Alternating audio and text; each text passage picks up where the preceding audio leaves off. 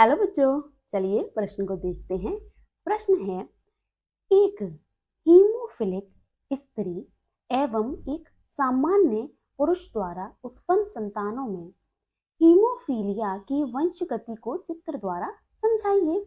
तो बच्चों, इस प्रश्न में साधारण रूप से हमसे पूछा गया है कि यदि एक स्त्री हीमोफिलिक है, यानी कि उसने हीमोफीलिया नामक बीमारी है और उसका विवाह यदि एक सामान्य पुरुष से होता है, यानी उस पुरुष से जिसमें इस बीमारी का कोई भी नामो निशान नहीं है, तो हमें उनमें उत्पन्न संतानों में जो हीमोफीलिया है उसकी वंशगति को चित्र द्वारा समझाना है। ठीक है, तो यदि हम इस प्रश्न की मुख्य अवधारणा की बात करें, मुख्य अवधारणा, तो इस प्रश्न की मुख्य अवधारणा क्या है? इस प्रश्न की मुख्य अवधारणा है हीमोफीलिया। हीमोफीलिया, तो सबसे पहले हम बात करते हैं कि ये हीमोफीलिया क्या है। तो ये हीमोफीलिया जो है, यह एक बीमारी है जो किस कारण होती है? जो एक्स क्रोमोसोम होता है, जिसे हम एक्स गुणसूत्र कहते हैं। ठीक है, तो बच्चों, एक्स गुणसूत्र पर एक जीन होता है। ठीक है, एक जीन होता है जिसका यह काम होता है कि जो हमारे शरीर में जब रक्त बहता है तो उस रक्त को जमाने का कार्य करता है, यानी कि उस ऐसी प्रोटीन को बनाता है जो रक्त का थक्का बनाती है। ठीक है, या जिसे हम कहते हैं रक्त का या खून का थक्का। तो ये जो जीन है जो एक्स गुणसूत्र अथवा एक्स क्रोमोसोम पर उपस्थित है, यह जीन जो है ये एक ऐसी प्रोटीन को बनाता है जो रक्त का थक्का बनाने में मदद करती है। ठीक है, बनाने में मदद करती है। ठीक है, तो बच्चों, जब इस जीन में जब इस जीन में म्यूटेशन होता है, या जिसे हम क्या बोलते हैं? उत्परिवर्तन। उत्परिवर्तन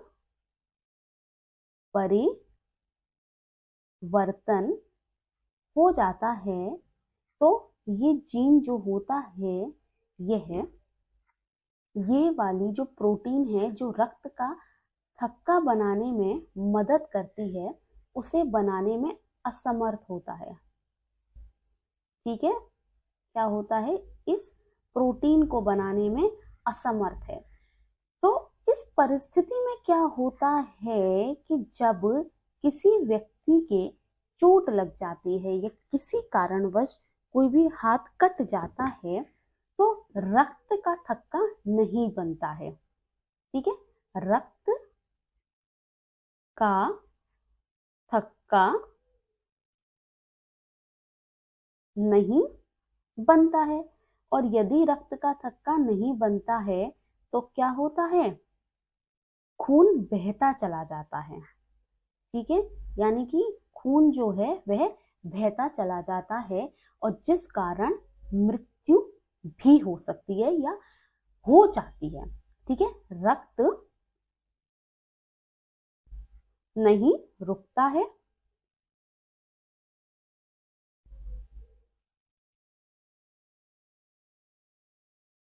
और इस कारणवश मृत्यु हो जाती है। ठीक है बच्चों, तो हमने अभी बात की हीमोफीलिया की। अब हम बात करते हैं इस प्रश्न की, जहां पर हमसे पूछा गया है कि हीमोफिलिक स्त्री और सामान्य पुरुष के मध्य अगर विवाह होता है तो उनकी जो संतानें होंगी वह कैसी होंगी, उनकी पूरी हमें वंश गति को दिखाना है। तो सबसे पहले हम यहाँ पर लिखते हैं हीमोफिलिक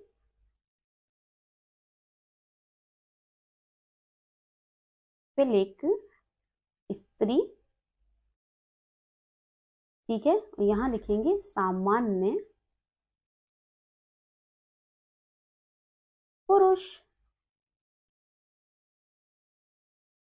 तो जैसा कि हमें पता है कि जो स्त्री और पुरुष होते हैं यानी कि जो मानव है उसमें कुल जो गुणसूत्र हैं वो कितने हैं? कुल जो गुणसूत्र हैं उनकी संख्या है 46, यानी कि उनके पास कितनी जोड़ी है गुणसूत्र की? 23 जोड़ी है। और इस 23 जोड़ी में से जो 22 जोड़ियां हैं वो सामान्य क्रोमोसोम है, और जो अंतिम जोड़ी है, ठीक है, जो अंतिम जोड़ी है वह कैसी है? यहां पर हम लिखेंगे अंतिम जोड़ी जो है वो लिंग गुणसूत्रों की है। वो तो या तो अगर पुरुष स्त्री है तो एक्स एक्स होगा, और अगर पुरुष है तो एक्स वाई होगा। तो चलिए अब इनके भी गुणसूत्र देख लेते हैं। तो यहाँ पर देखिए, यहाँ पर ये हीमोफिलिक स्त्री है तो हम एक्स एक्स तो लिखेंगे, क्योंकि ये जो हीमोफीलिया है किस कारणवश होता है? जब एक्स गुणसूत्र पर जो जीन उपस्थित है उनमें से किसी एक जीन में उत्परिवर्तन हो जाता है, जो कि रक्त का थक्का जमाने में मदद करता है, और इस कारणवश यह बीमारी हो जाती है। तो ये स्त्री तो है, लेकिन इसके एक्स क्रोमोसोम में या एक्स गुणसूत्र में जो उत्परिवर्तन हुआ है उसे हमने एच, छोटे एच के द्वारा दिखाया है। और वहीं पर पुरुष सामान्य है तो इसके जो एक्स गुणसूत्र हैं वह साधारण लिखे जाएंगे। तो यहाँ पे यदि हम देखें कि ये जो हीमोफिलिक स्त्री है इसमें जो युग्मक बनेंगे वो एक ही प्रकार के बनेंगे। वो एक ही प्रकार के क्यों बनेंगे? क्योंकि दोनों ही गुणसूत्र पर यह वाला जीन उपस्थित है। और यहाँ पर यदि हम बात करें पुरुष में, तो पुरुष में दो प्रकार के युग्मक बनते हैं। एक ऐसे जिसमें एक्स गुणसूत्र होता है और दूसरा जिसमें वाई गुणसूत्र होता है। तो यदि इनके मध्य युग्मक संलयन की प्रक्रिया होगी, अगर ये वाला युग्मक इस वाले युग्मक के साथ संलयन करता है तो जो संतान होगी उसका जो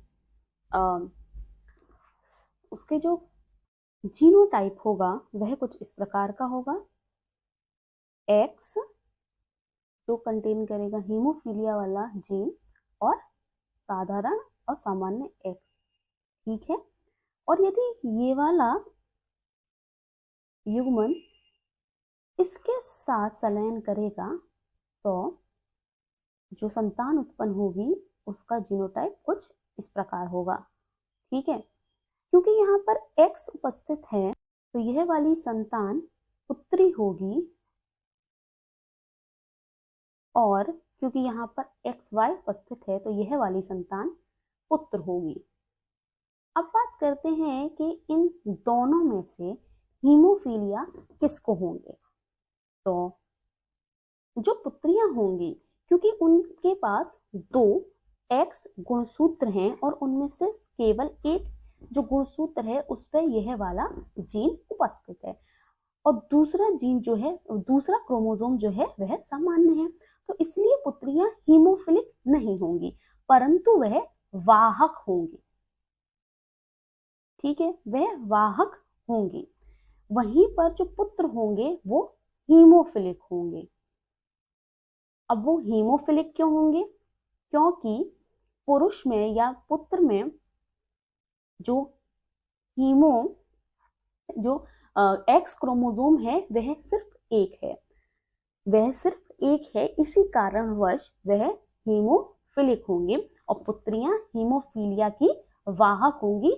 वह सामान्य रूप से या बाहरी तौर पर हमें ऐसा उनमें हीमोफीलिया नामक बीमारी का कोई भी लक्षण नजर नहीं आएगा, ठीक है बच्चों। वहीं पे जो पुत्र होंगे वो हीमोफीलिया, उनमें हीमोफीलिया के लक्षण जो हैं वह नजर आएंगे, उनमें हीमोफीलिया बीमारी होगी।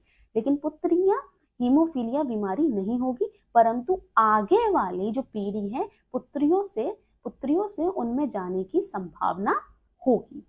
तो बच्चों यह था इसका वंशगति चित्रण। और मैं आशा करती हूँ इस प्रश्न का सही उत्तर आपकी समझ में आया हो। तब तक के लिए आपका